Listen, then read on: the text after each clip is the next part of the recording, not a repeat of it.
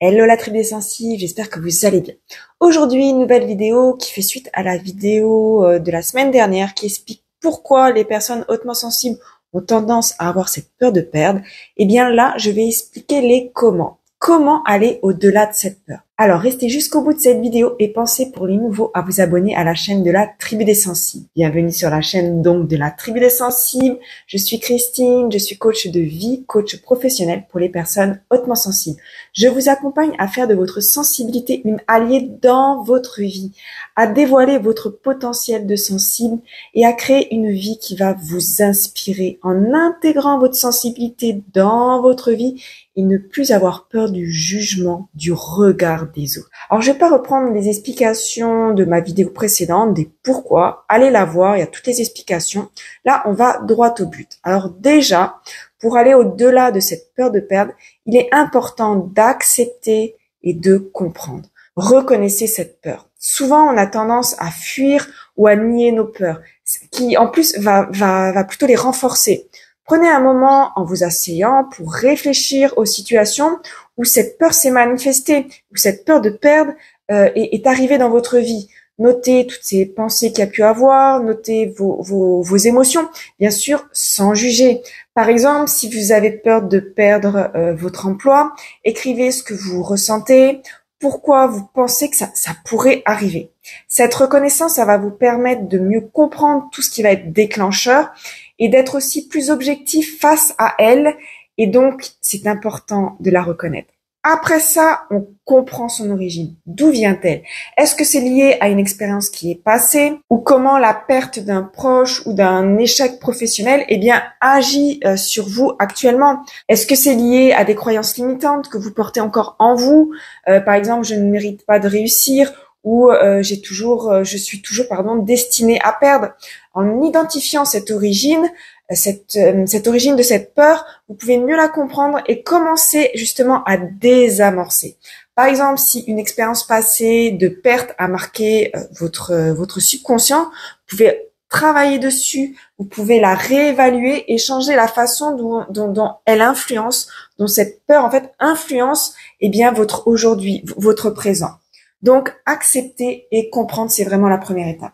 Après, on peut utiliser des méthodes de développement personnel. Par exemple, vous pouvez pratiquer la pleine conscience. Ça va vous aider à rester ancré dans le moment présent, à observer vos pensées, vos émotions, sans vous y attacher. Alors, essayez de méditer régulièrement, ça va calmer votre esprit et ça va aussi réduire l'impact de cette peur. Par exemple, 5 minutes par jour, ça va vraiment réduire le stress, ça va réduire l'anxiété et ça va vous permettre de vous concentrer sur le moment présent. Et ça va donc diminuer cette tendance à l'anticipation négative qui est liée à la peur de perdre. S'entourer de personnes de confiance aussi va vous aider avec cette peur parce que vous allez pouvoir la partager, vous allez pouvoir avoir un soutien émotionnel et aussi avoir des perspectives plus positives. Donc, communiquer avec vos amis, avec vos proches, avec des coachs et ça va vous lever un poids de cette peur. Vous pouvez aussi développer la résilience émotionnelle en pratiquant l'autocompassion, en vous engageant dans des activités qui vont renforcer votre estime de vous-même, votre confiance en vous. Par exemple, si vous pratiquez des affirmations positives chaque matin ou chaque soir, ça peut vous aider à renforcer votre sentiment de valeur. Plus vous allez vous sentir fort émotionnellement, plus vous aurez confiance en vous, moins cette peur de perdre aura une prise sur vous. Et la résilience, ça se construit en apprenant en fait de vos échecs et en voyant chaque défi comme une opportunité de croissance. Engagez-vous aussi dans un processus de coaching, d'accompagnement qui va vous aider à identifier, à changer les pensées négatives, les croyances limitantes qui alimentent cette peur de perdre. Par exemple, si vous avez tendance à penser je vais forcément tout perdre un jour, le coaching va vous aider à reprogrammer cette pensée par exemple, je mérite d'avoir tout ça et je suis confiant. Alors ça, c'est qu'un exemple parmi tant d'autres.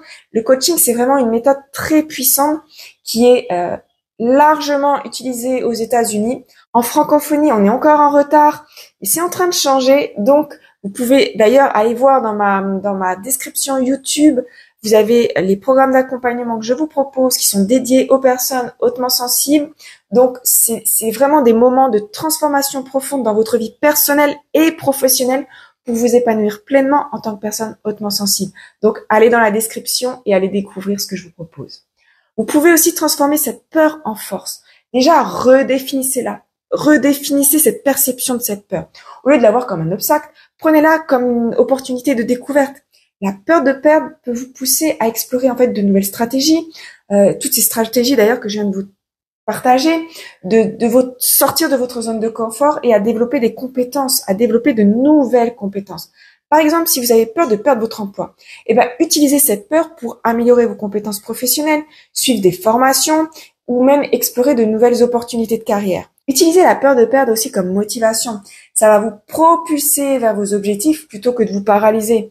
La peur de perdre, ça peut être un moteur si vous la canalisez correctement. Par exemple, la peur de perdre une opportunité, ça peut vous inciter à mieux vous préparer et à saisir les occasions avec plus de détermination et plus de préparation.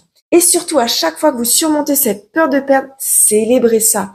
Reconnaître vos accomplissements, même s'ils sont tout petits, ça va renforcer votre confiance en vous, ça va vous encourager à continuer à avancer. Souvenez-vous, la peur de perdre, c'est une partie de notre expérience, surtout quand on est personne hautement sensible. Mais surtout, ça doit pas nous définir et ça doit pas nous limiter. Vous pouvez apprendre à vivre avec cette peur de perdre, à la comprendre et à aller au-delà et à transformer ça en élan pour aller plus loin, pour vous réaliser. Les peurs, quelles qu'elles soient, elles sont pas là pour nuire comme on a pu nous faire croire. Elles sont là pour nous dire quelque chose. Alors, si vous avez des questions, si vous avez une expérience à partager, vous pouvez mettre un commentaire. Ça sera avec un plaisir que je vais le lire et répondre s'il y a besoin de répondre. Vous pouvez aussi me contacter directement. Il y a mon adresse mail dans la description. Pensez à mettre un pouce levé pour que cette vidéo soit encore plus diffusée et abonnez-vous à la tribu des sensibles. Prenez soin de vous, prenez soin de votre sensibilité, soyez libre et sensible. Je vous dis à très vite pour une prochaine vidéo et pour un prochain sujet. Bisous!